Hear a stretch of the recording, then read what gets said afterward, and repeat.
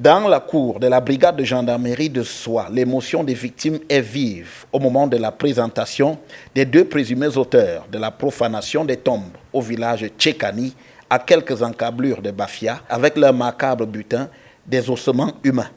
Pour moi, c'était comme un rêve. Je me suis dit jusqu'à la dernière minute, je rêve que ce soit pas ça. Mais quand on a posé les reliques là au sol, j'ai reconnu la tête de ma mère, c'était ma mère. La deuxième tête qui était là, c'était ma mère. C'est pour ça que j'ai craqué, je n'ai pas pu supporter. C'est le 25 mai dernier que les éléments de la brigade de gendarmerie de Soie ont mis le grappin sur les deux présumés trafiquants d'ossements humains.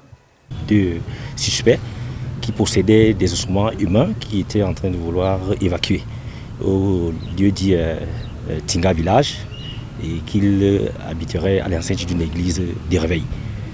Alors nous sommes descendus sur les lieux, nous avons pu interpeller ces deux derniers en possession de ce butin. Usant de leur connaissance en génie civil, ils ciblaient des tombes particulières, loin de toute considération morale.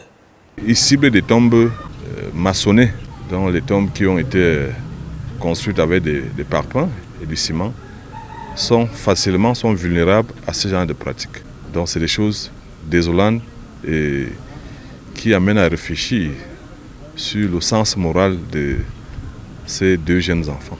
Leur appétence pour l'argent issu de ce trafic leur avait fait miroiter des gains substantiels. C'est pour avoir de l'argent. On les a fait comprendre que les ossements humains donnent beaucoup d'argent. D'ailleurs, ils demandaient une somme de 4 millions. Leurs clients proposaient 3,5 millions. Alors que les complices des deux présumés trafiquants d'ossements humains seront aussi interpellés, ceux-ci devront s'expliquer avec le procureur de la République sur leurs escapades post-mortem en dépouillant des tombes.